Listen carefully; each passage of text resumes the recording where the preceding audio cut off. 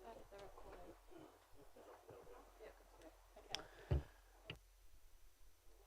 Morena, everybody. If we can just have attention. This is the recommencement of the meeting started on Monday, and we have one more item to follow. So quickly just do the health and safety thing, and then we'll roll on. In terms of health and safety, if the alarm sounds, please make your way to the nearest emergency exit and assemble in 3rd Avenue. Please be aware that the meeting has been live streamed and the video will be publicly available on YouTube. Members, could you please remember to speak clearly into your microphones and one speaker at a time for clarity. Please turn off all your mobile phones. Thank you. And we'll move straight into item 9.6, Durham Street to Grey Street Laneway Project Update.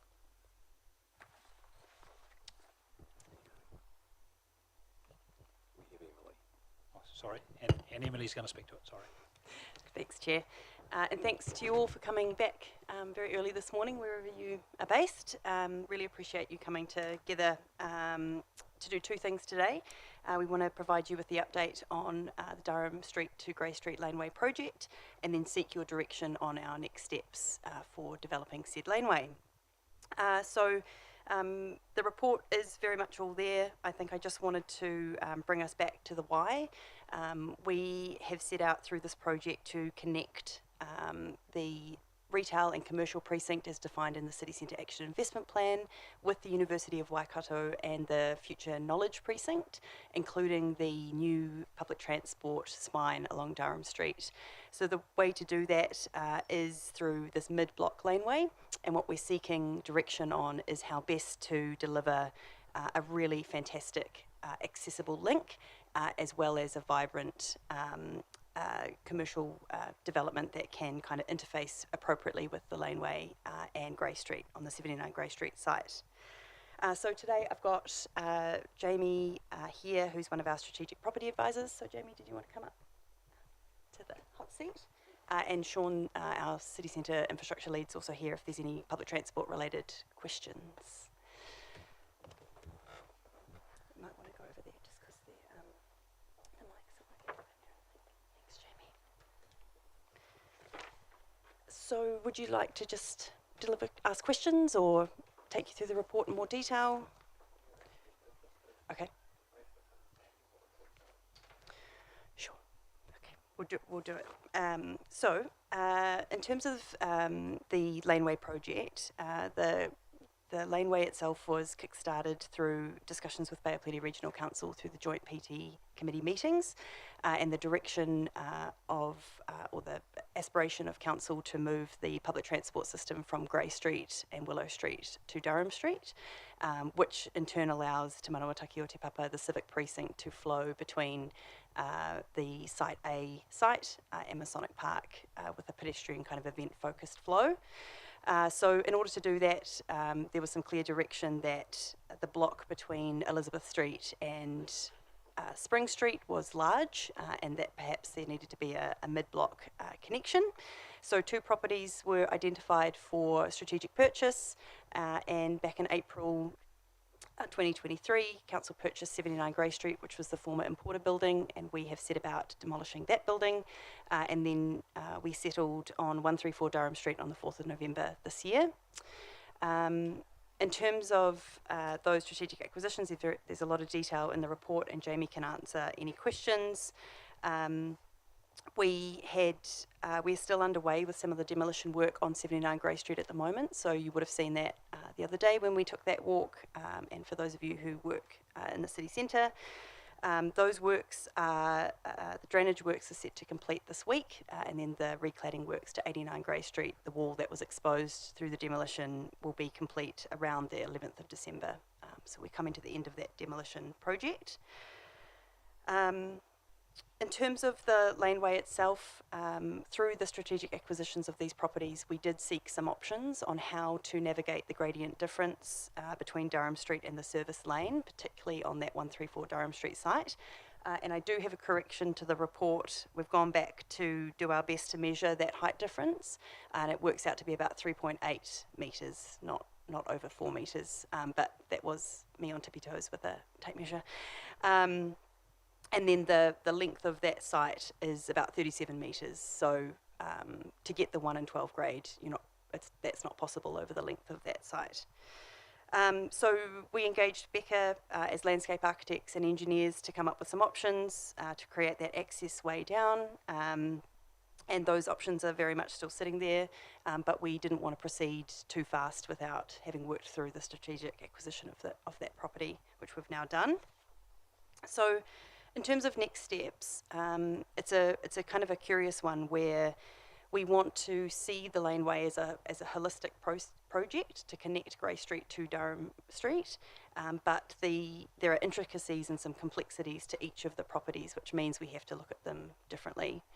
So just to quickly run through those, in terms of 134, as I've mentioned, we have the gradient difference, which required the full width of the site in order to create the switchbacks and the ramps to create the accessibility. We also, through the sale and purchase agreement, have some constraints on that site, including the 11-metre setback from the wall of 142 Durham Street. And we also have the requirement, we effectively purchased that land to create a laneway. On 79 Grey Street, we have less constraint, but we also have slightly more opportunity in terms of it being a flat site. That site can accommodate a potentially 7 to 8 metre laneway with a commercial building interfacing with that, which is why we've brought that option to you today. Our recommendation is that we move through a process to engage a development partner to develop that site on our behalf and develop the laneway to connect through. The benefit of that is that it does provide the necessary funds for us to design and develop the laneway on 134, which can include that green space. Thank you. I think the Mayor would like to say something, is that correct? Good morning, and thank you for that. Thank you for measuring that. That's very useful to have that information because I think it can significantly change the design. If you're looking at a significantly less, I think from my calculation, we need about a 45-metre ramp rather than a 80-odd metre ramp. So it's that's very useful to know. Just trying to get some information on the process here, and this is not really to do with going forward, but I'm just keen to understand. So firstly, the Grey Street, there's obviously we've decided to be a good neighbour and pay for the waterproofing of that property. There's a boundary encroachment on that property, and the owners aren't dealing with us. Do we know why we agreed to do that? Again, I'm just sort of this. I don't think that would be very normal that you'd waterproof your neighbour's property. Sure. So the decision was made, as you've put it, to be a good neighbour. When we demolished the wall, we didn't know what we would find. So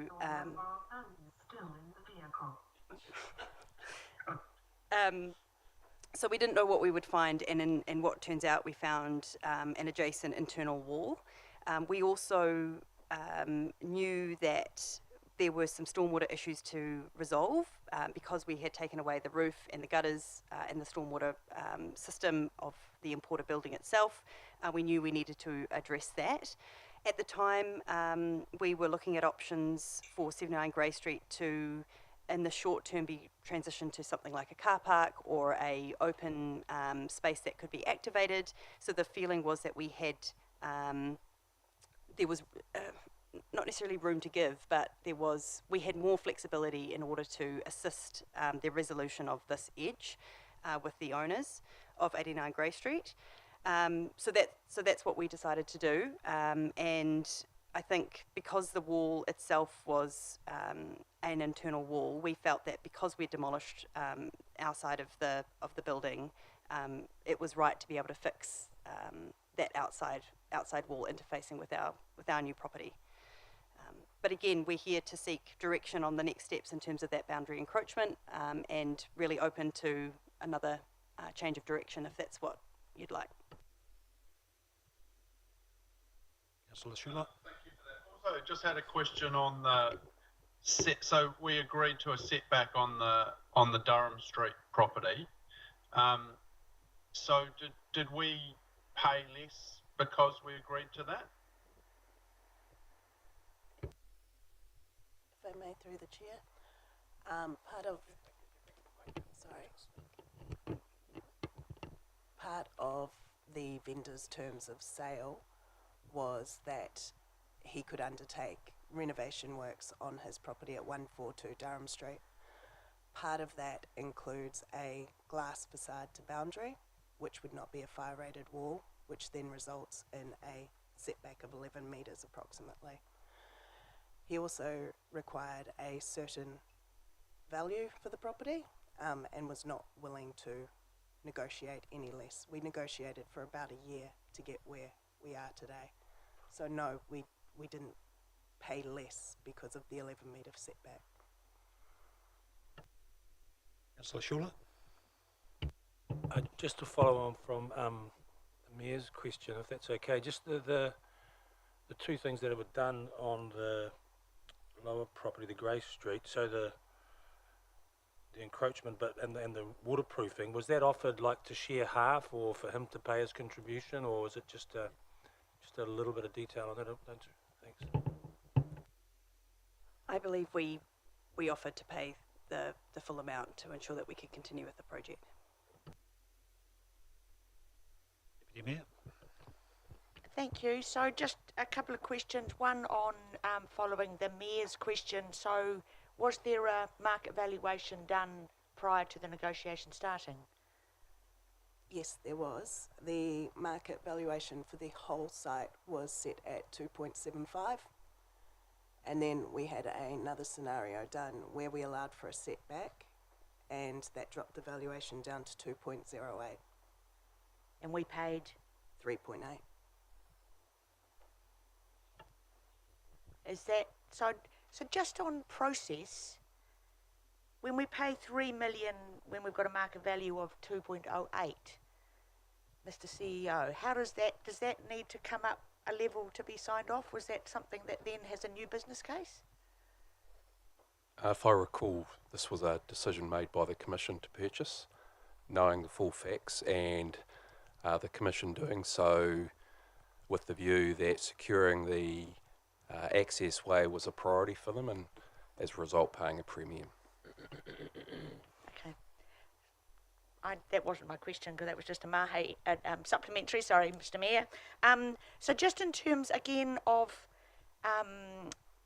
process and where this fits into the financials. So what money is in this year's budget or next year's budget or in the LTP for any scenarios at all on these two pieces of land?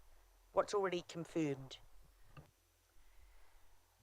So in terms of the actions in the City Centre Action Investment Plan, what's sitting in the long-term plan is what we're effectively termed bulk funds that can be applied in an agile way across these various projects. In this case, this is part of this paper, is to understand exactly what budget we want to put towards this access way for this project. But the way that those funds are set up is that we have a fund to enable placemaking and the development of a city laneway. We're also working, as you know, really closely with transport, and there is a transport aspect to this, so we imagine we can combine forces and budgets in that sense.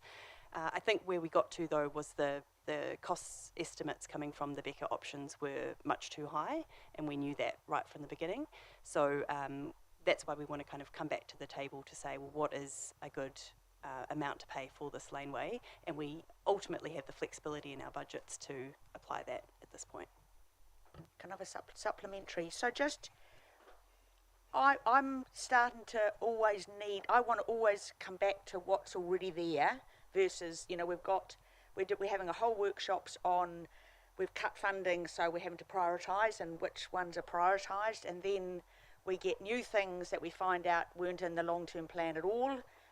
So going forward in reports, can we always, like, whether it's bulk funded or not, even if you've got 10 million in your bulk fund and you've allocated 8 and you left 2 for this one and now you're wanting 3, but just by year, what's in the annual plan, what's in the long-term plan, because we always need to come back to it, because I don't know if this is brand new funding or mixture funding. I don't know if we say, because we're not doing the city nodes for $7 million, we've got 7 million that's approved but not in here. So for me, even giving direction is about saying, well, where's the money coming from?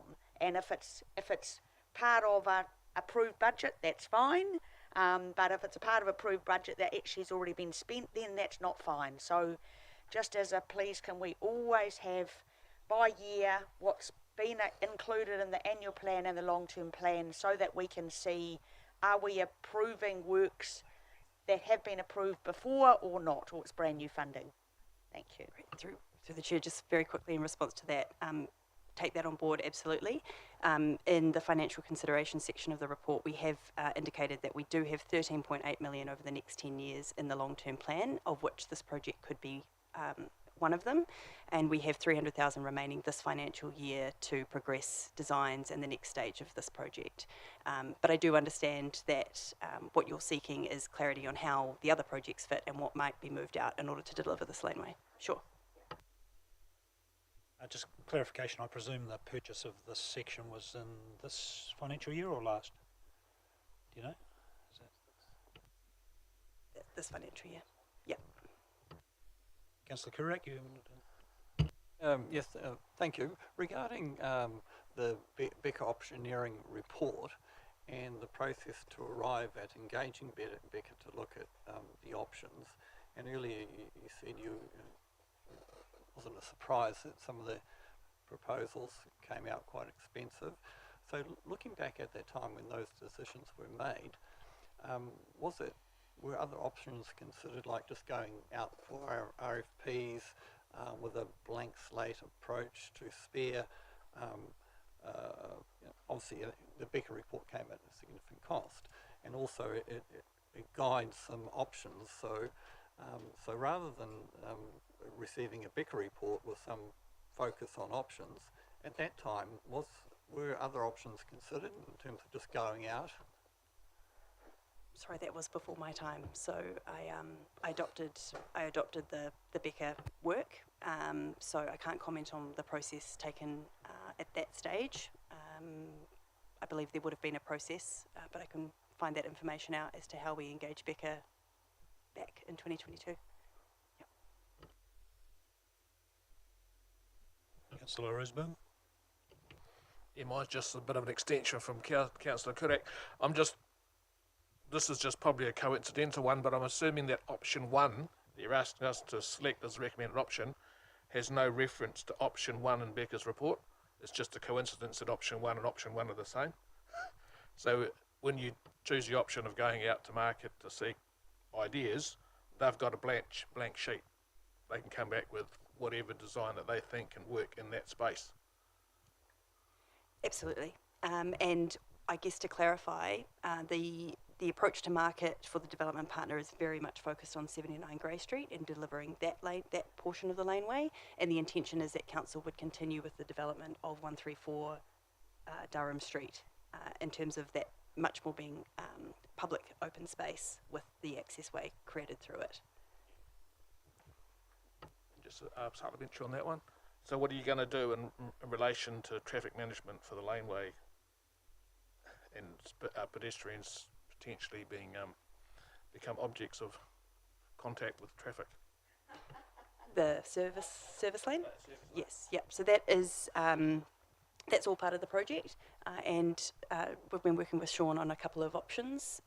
We actually think that in itself could create 4 or 5 options, whether the service lane becomes one way, whether the actual service lane is truncated at the laneway section and there's turnarounds for both Trustpower and the car parkers on either end. We've had great success with traffic calming in terms of paint treatments on simply on roadways to slow that traffic. Yeah, definitely well involved. Yeah. Sean, would you like to comment on that? Yes, I'll just add to that we have had some very initial conversations about creating a bit of a shared space between those, the laneway and a potential development site. There's some benefit to enabling more of the properties that border both Grey Street and Durham Street by creating that shared space, enabling additional activation. Thank you. Councillor Crowther, I know you're online. Do you want to ask a question? I don't know that your camera's working.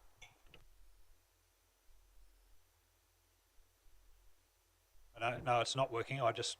So I've got no way of knowing if you want to ask a question. So I'm giving you the opportunity. Yeah, I noticed the Mayor has his hand up too. I guess I was just interested in a clarification of the. I know there's been a real history around this being part of the bus hub itself, and this project, and part of it being described as a pocket park and other things. I'm wanting to understand back to that financing side of it. The $64 million that was in the LTP for bus infrastructure, was any of that for the 2024-25 year allocated to this project for work on either 134 or 79, whether it be property purchase or development of sites or any other aspect?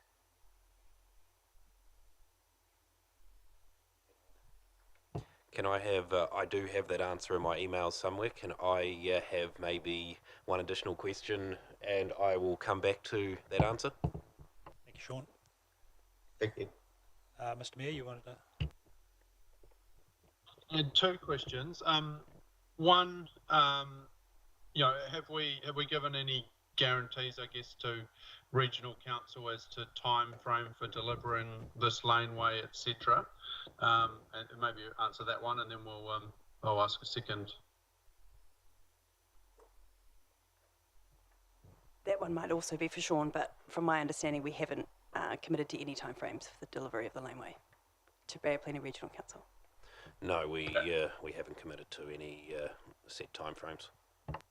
All right, no, thank you. And secondly, just going forward with Durham Street, obviously, you know, we're talking here about potentially putting out an RFI, and just interested, like in none of the reports I saw, did I see anything around accommodation? And you know, we've continually talk about needing more houses. We continually talk about you know, wanting houses in the CBD, and you know, we've got a prime opportunity to at least look at that option, and you know, utilising this site, I guess, for that, and potentially enabling that. I'm just interested why there's no talk of that at all. Well, in response to that, I think that's very much still open for options on 79 Grey Street, and that a development partner may bring to the table a solution for student accommodation or accommodation at a high level. We are very aware that this property, or these properties, sit between what we want to become the core retail and commercial core for the city centre and the knowledge precinct. And I guess, you know, we'd be welcome to those options coming back to us. I think the constraints on 134 Durham Street, however, limit the development possibilities on the rest of that site. I think like obviously the laneway is a really good idea, and I don't think you have accommodation on that level, but you know, that sort of mixed use development potentially of laneway, you know, retail, you know, then you've got office space, then you've got, you know, accommodation. It seems to be a prime opportunity, and you know, at the moment we've got a lot of vacant shops, so we probably don't need a lot more retail space.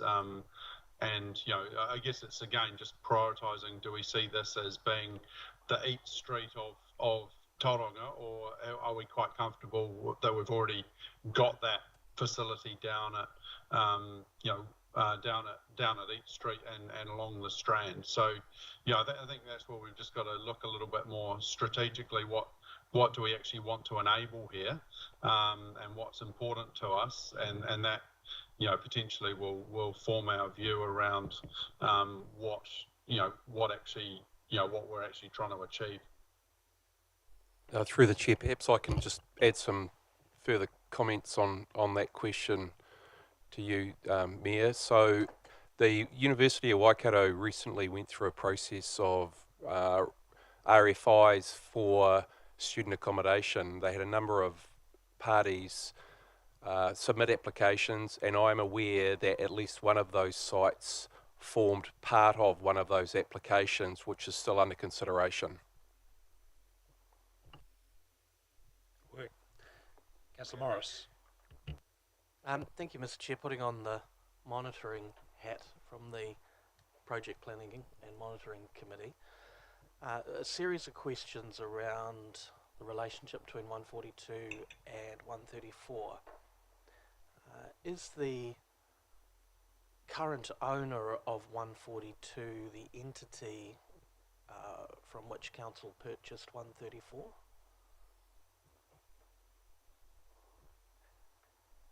It's a related party, so Yes. 134 was 134 Durham Limited, which is Yes. Dwayne Roper. Yes.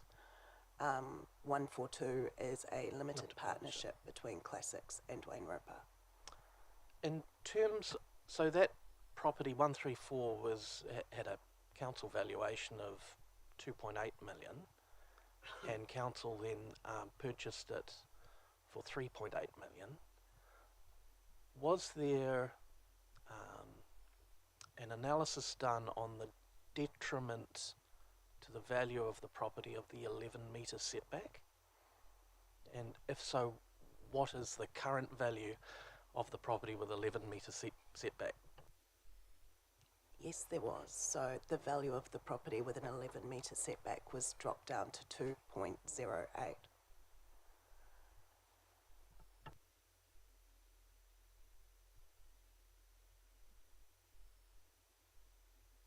Councillor Correct. Just out of interest, what was the intended use of the property owned by Roper Classic in terms of their plans for that? Was that for student accommodation, or for what purpose was it? Sorry, are you talking to 134? 134, yeah. Previous to us purchasing it, it had a bow repairs. Dwayne did look at super lotting the two sites, so joining 142 and 134 and redeveloping completely. Amalgamating the two sites, demoing everything that was on the sites and just starting again. Commercial office. He did not proceed with that as the commercial feasibility didn't stack up. Thank you. Just one question that I've got. I don't know if it's a question or a statement. The negotiation with the people in Grey Street about the boundary issue, how do we move that forward? It seems to me that we need to knock that on the head pretty quickly to be able to progress this thing. We did go to the owners of 89 Grey Street with a proposal. The proposal essentially set forward that we would transfer them the land on which they are encroaching for nil consideration. In exchange, they would pay all of the costs of a boundary adjustment, which is essentially a subdivision, even though we're talking a 2 square metre encroachment. They've declined the proposal at this point.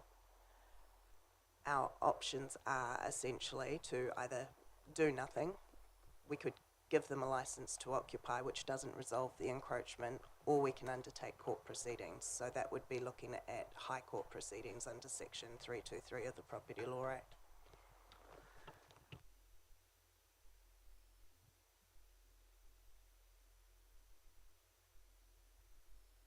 Just clarity on that. So they'd be happy to take over the land, but they just don't want to pay any of the conveyancing. Is that right? Correct. And so the 2 square metres is obviously not it's just a sliver of, 10 centimetres or something across the length of the property. correct. It starts off at about 0.9 and then goes down to 0.6. There's no final survey done at this point, so we were going to arrange for a final survey on completion of the waterproofing works. Yep.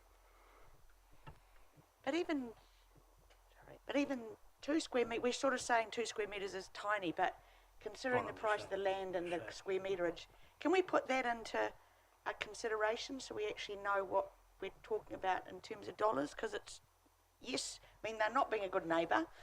We've done some work for them already, and it's just, I don't want to keep thinking that council will pay for this, you know, because it's just not that's not good neighbouring. If I may, through the chair.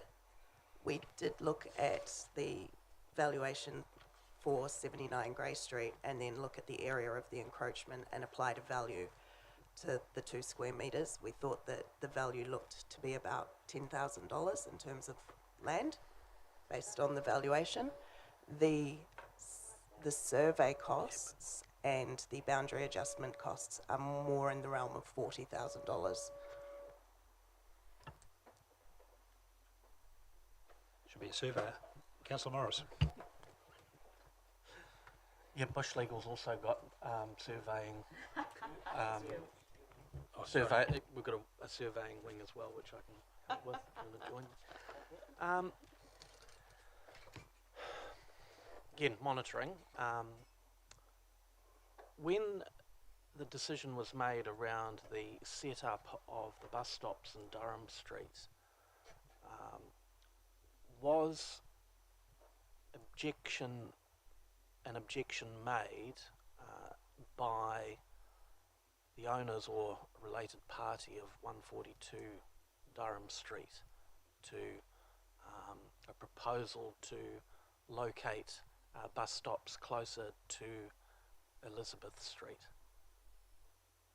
I know that there were some folks in the development community that didn't find favour with that proposal for a variety of reasons, but I'm very interested to know if the related parties related to 142 Durham Street objected to council placing bus stops near their property. Of course, that would affect the value of their property. Yeah, very interested to know. Yes, they did object, but over to you, Sean, for any more detail.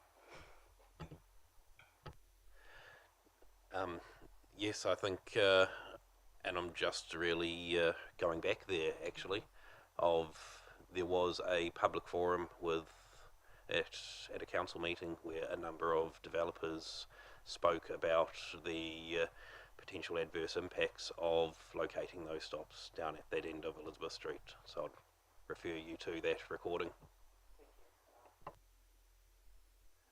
Thank you. If I could be provided with the date of that would greatly assist me in that. And the objection was in relation to property value or other considerations?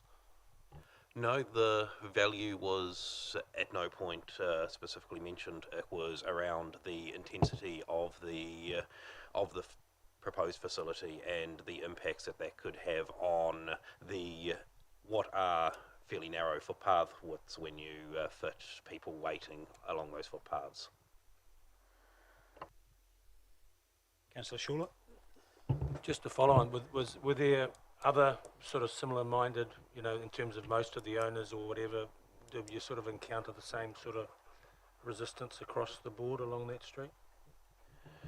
I think it would be fair to say that none of the owners along that street are particularly happy with bus stops being along there, and that hasn't changed a whole lot depending on quite how spread out it is. We have definitely mitigated the concerns that they've had as far as possible. I would just add to that, through the chair, one of their primary concerns was the need in any renovation or new development along that stretch to provide an active frontage to Durham Street, and they felt that would be a conflict with the bus use directly outside those properties. Thank you. I think we're just about there. Councillor Kurek, one last question. Sure, thanks. Just looking at Durham Street and accessibility, I see there are a couple of options in terms of taking up more of the site with a sort of a zigzag approach versus a fairly tight design more on the northern side where you get those, what do you call them, really tight, the switchbacks, thank you for that term. So is there a preference or not? Yes, I think there is a preference in terms of the enjoyability or the feeling you have when you move through that space. We certainly want the ramps to be as gentle as possible. So we can go to 1 and 12, but the recommendation is to sit at about 1 and 14. If we were to be able to get to 1 and 20, you remove the need for handrails, which would dramatically change the experience of that site and the ability to kind of form steps down through the ramps itself.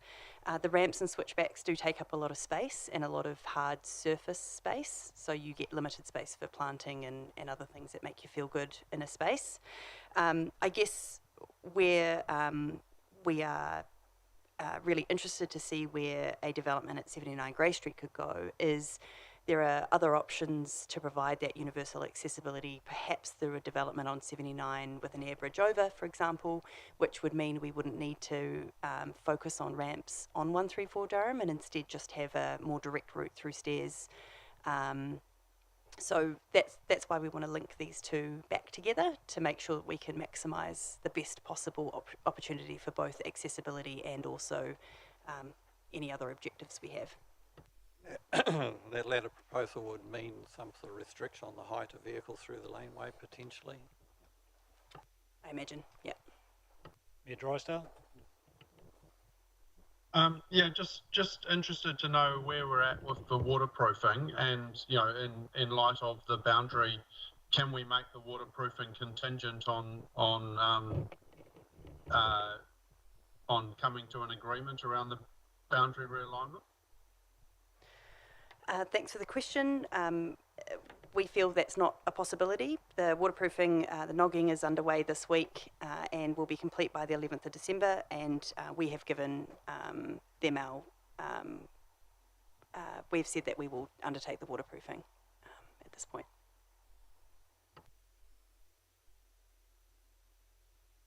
Sean, do you have a...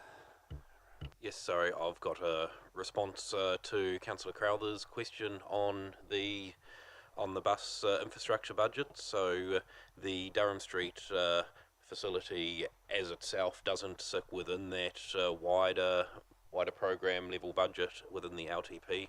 However, that does include items like the Tauranga crossing.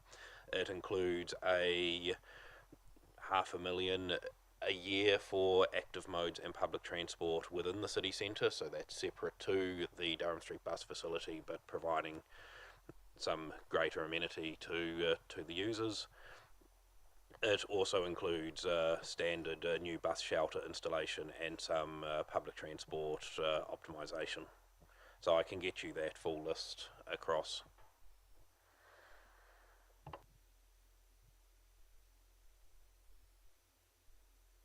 Thank you, staff. Thank you, staff. I think we'll move the meeting on. So I'd like to move the motion that has been tabled by staff, and we'll take it as read. Everyone's got a copy. Do I have a seconder? Councillor Schuler, thank you.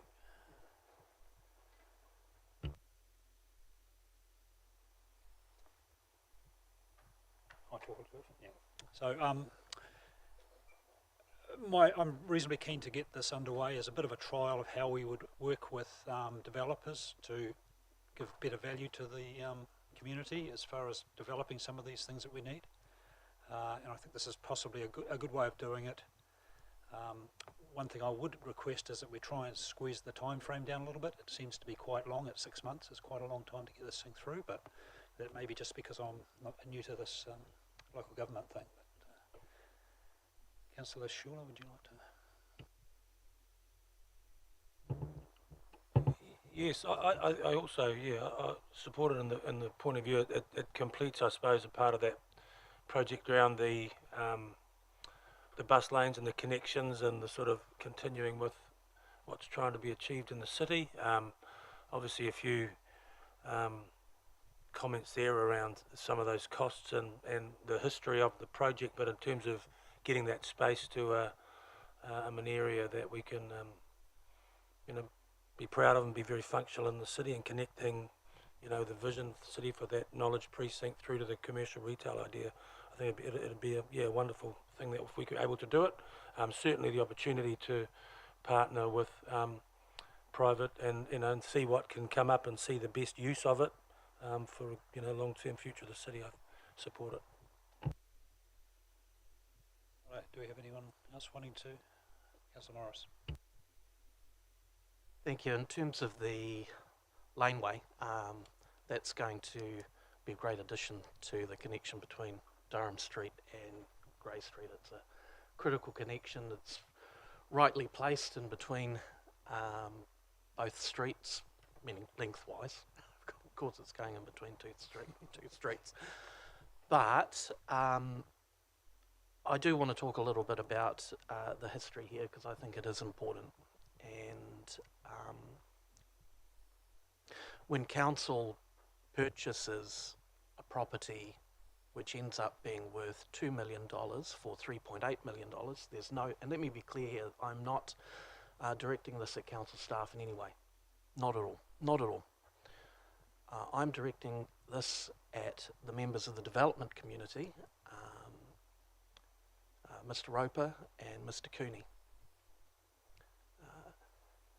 For council to get into a situation where the ratepayers of this city have paid $3.8 million for a property and it ends up being worth $2 million, acknowledging, of course, that we have wider plans for that piece of property. And then there is the audacity to object to placing bus stops in a better position, closer to Elizabeth Street. How dare you, gentlemen? How dare you? I'm really angry about this, folks. We talked yesterday, a group of us, about tsunamis and the social conscience of those in our development community. I look forward to a $1.8 million cheque towards Te Manawataki or Te Papa from these developers. The lesson for us, I think, is that as council, we are not doing as good as some very smart private sector developers. Now, in many ways it's not their fault. The incentive structure is what it is. And they are smart business people, and good on them for that. But when they come into this chamber, there needs to be some trepidation, in my view, going forward. Thank you, Councillor Morris. Councillor Schooler. Thank you, Chair, and I respect those remarks made by my colleague, and I'm not sure we want to partner with private, but then we hear stories of what TCC has been required to do to partner or to buy from commercial.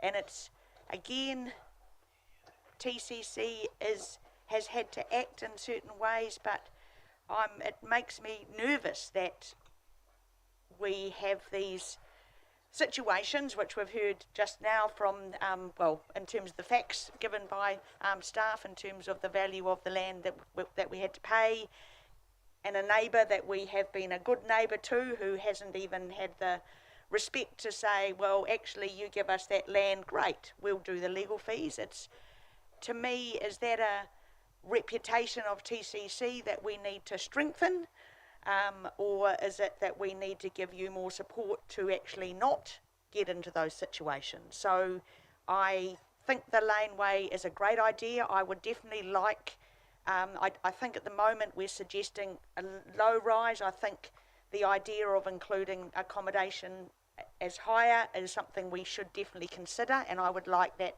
and so I'd like option one not to be saying it's.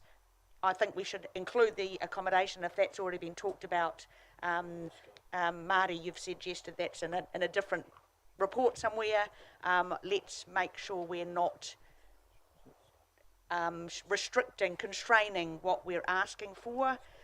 I definitely support city centre development. I think this is it's an ugly site currently. It would be good to get a laneway, but I also think when I was in Wellington last week, laneways can be really great and laneways can be not that great. And I think we sort of talk about the laneway to the car park off Grey Street, which now has nice Ko-Fi there, but it was a long time coming to actually not be a horrible place. So I just think we need to be quite specific and about what we want.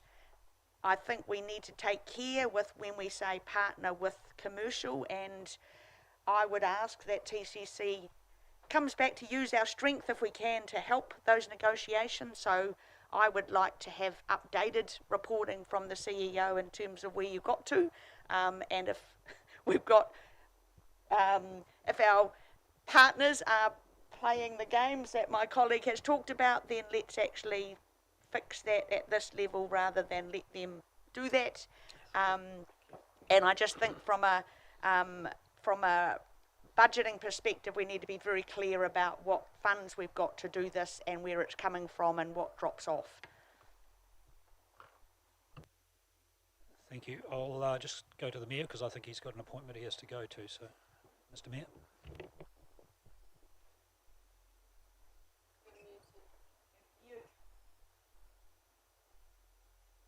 Thank you, Rod. Yeah, I'd just like to reiterate some of those comments again. You know, I think this can be a great facility, and you know, will be fantastic for the city. I'm disappointed in the process that we've gone to get to here. Again, with the council always being the loser in all these deals. And I think, you know, we've just got to change the way that we do things so that the ratepayer isn't the one holding the can. And, you know, that ultimately comes to the total cost of this laneway is going to be fairly expensive by the looks of it to our community. And, you know, that suddenly says, are we getting that value for money? So I think that's a real concern. I do, you know, want to say it, like, you know, we keep talking about houses, so, you know, this is an opportunity, and I'm not saying that I'm set that this has got to be houses, because it may not make sense, but let's look at the options. Let's make sure we're promoting that as an option, that it involves some residential uses, and see what the proposals are, and obviously if that becomes out to be uneconomic, or, you know, at least give us an option to decide whether we want to pursue that. And I'm guessing that comes through in the land price, etc., as to, you know, what it's going to take to make that a reality. But, you know, let's get those priorities, I guess, of council starting to go into these projects. And you know, just finally around that negotiation, again, yes, I agree with Jen. I would like to be kept in the loop around those negotiations, because once again, what we've seen in this project is another highlight that is not one of the strengths of TCC in getting the best outcomes, you know, for a financial, the best financial outcomes when it comes to these things. And I think, you know, we have to look at the financial consequences against the what we're delivering to decide whether there is value for money. And as I say, if we're trying to develop or enable something which goes outside of just a financial outcome, then we make that a conscious decision, and we understand, you know, what that enabling is costing us, so that we have that. So and also, yeah, I do encourage around the budgets that we know whether we're spending allocated budget, whether this is new budget, and if it's new budget, where that is going to come from. So, thank you. But I do think this is a great opportunity for the city, and I'm excited about. Hopefully, I think it's a great idea going out to the community, and that's the developer community, but also, to our people, of bring your ideas as to what we can do here, and we may find we can deliver something much cheaper or innovative that works for the city and achieves the outcomes that we're looking for. Thank you, Mr. Mayor. I'll just go to Councillor Crowther online, and then Councillor Carew. Yeah, thank you. Yeah, I support pretty much all the comments that I've heard, except I would like to address Councillor Morris's comments about developers, and I guess I'd like to ride to the developers' defence a bit.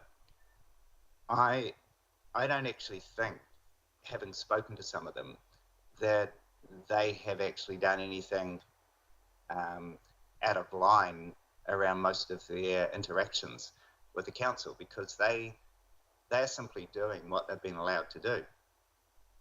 And I think we've got to look at this, where we've ended up, and learn some lessons, especially if we want to get cost-effective outcomes.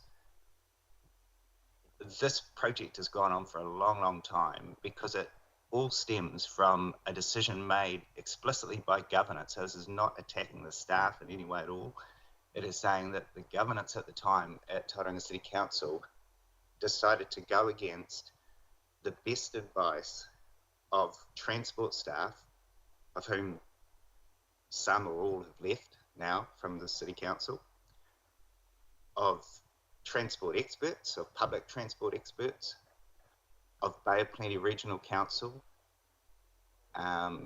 various consultancies were used, and consistently that advice was rejected. And having been involved in this for right from when it first started as a key stakeholder, the information always got to the point, which was, why is Tauranga City Council not using an evidence-based approach? And the answer was because the commissioners made a decision related to Te Manawataki o Te Papa. And I think, whatever's happened has come about from those decisions, and the laneway was eventually what was negotiated to try to resolve some of the lack of buy-in from Bay of Plenty Regional Council, which had already compromised twice, and eventually at the third level of compromise agreed that they would not push back anymore against the Durham Street option for a bus hub, so long as there was a laneway. So I personally think the costs need to be attributed to the Te Manawataki project. It's explicitly related to that. It would not have happened if it wasn't for that. And developers were simply, firstly, putting their views around, just like a lot of us did, around what we thought the best option was. And there was a lot of common ground between developers and other stakeholders, but we were not allowed in the same room at the time to talk about it with the council. And secondly, any negotiations, TCC had control of those and didn't have to accept anything, and could have actually gone back and looked at other options. And thirdly, this was predicted right back at the start. It was predicted by regional council staff who were so tormented by this project that it led to people leaving their roles. It led to consultants making disparaging comments about what was going on. I think this is a very serious set of learnings needs to come from this, so that we don't replicate this. And like I say, it's not pointed at current transport staff because they weren't there, but I think from a financial perspective, anything that's happened, we shouldn't just look at the developers and say they're trying to rip the council off, because they had a property, one of them had a property that was worth a lot to council, because council had backed itself into a corner. And I think we need to acknowledge we've done that, and acknowledged that we had to pay a bit extra because of it's the only way through. It's the only property that could work, and everybody knew it. Nobody wanted to talk about it out loud, but everybody knew it, and the developer would have obviously known it, and that's just market value. TCC created a higher market value for itself there. So, yeah, in my view, we need to go back to the drawing board when we do these things and look at what's the best outcome, what are the likely costs, and attribute those costs to the right project. And this is not a cost that should go to public transport. It shouldn't even go to whatever happens here. This is actually a cost that came from a decision explicitly to not put the bus hub where it was ideally located according to all the best evidence, because in the words of TCC staff, consultants, and Bay Plenty Regional Council, this was a decision made by the commissioners and not based on evidence for the best transport outcome. Councillor Kurak. Thank you. I think this is a critical connection, and we need to move forward on it. I think in terms, if I can add to Councillor Crowther's comments around the comments made by Councillor Morris, we are talking about a couple of business people, investors around Durham Street. And I heard a comment about social conscience, but at the end of the day, the decision was made by an appointed governance. And that's where, well, the governance is where the social conscience should sit in terms of accepting a deal or not. And I'm sure this elected governance wouldn't have accepted that deal. So I've got nothing against the developers because it's what they do. But that decision should not have been made, as pointed out by the Chief Executive, or accepted by that appointed governance. So we need to also learn from that and move forward in a way to deliver better value for our community. And I think in terms of what we're going out with, I'm certainly looking forward to hearing back from what offers we get, and some of them could be quite exciting and delivered at a good value price. Thank you, Councillor. Councillor Roseman, you're good? Councillor Baker online, do you want to? No. Councillor Skula. I would like to foreshadow an amendment to the motion, if I may. So I would like to, on B, approve option 1, develop the laneway, and to include an option for accommodation. And on D, delegates the Chief Executive. 1 is fine, 2 is fine, 3 is fine, but take 4 out and bring back that proposal to this committee.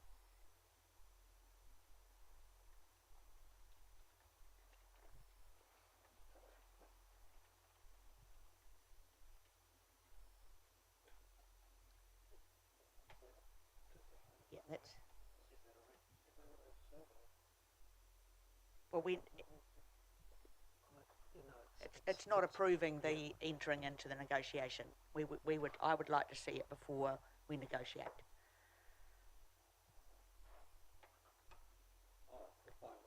Yeah, yeah.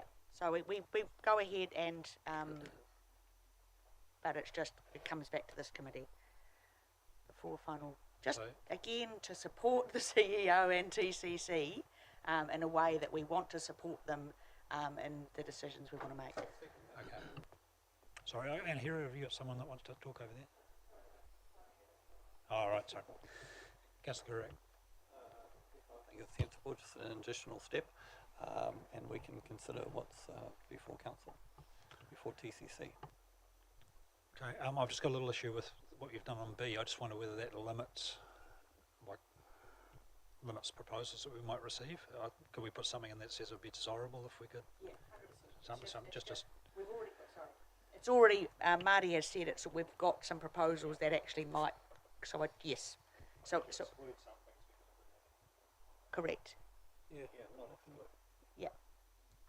Yeah, just on that, I mean, in terms of saying there's a specific stair there versus expecting that developing it, there'd be a scope that would be provided for people that are interested in you know, putting expressions of interest in that say, well, here's the scope of what we're trying to achieve. So is that not already covered in, under the concept of developing full stop, or is... No, it actually says lower story with commercial. Oh, okay, so you're saying, so we want to, so you're basically saying broaden the scope. Yeah, broaden the scope. Okay, so is there maybe a better way? We've just done that.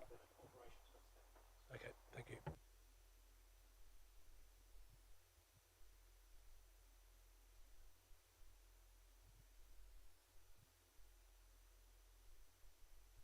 I think there could be good reason not to have accommodation there, so we need to be open with all options. The words broaden the scope for, well, maybe just broaden the scope. You're like happy with that? Okay. Doesn't necessarily exclude an option. Righto, would you like to, you foreshadowed it, would you like to move an amendment? I would like to move this. Thank you. Do we have a seconder? Okay. Any further discussion? I'll move the amendment as put on the screen. All those in favour? Against? Was poor timing, guys. I was agreeing. Right. Thank you. Hautapu, do you want to talk to this before we move on?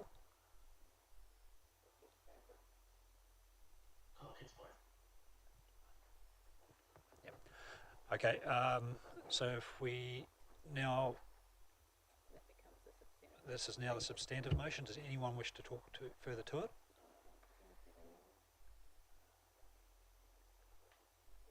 No? Okay. Right, I put the substantive motion as per the screen. All those in favour? Against? Carried. Thank you very much. Good conversation. Can I ask Councillor Schuler to finish us off, please, with a karakia?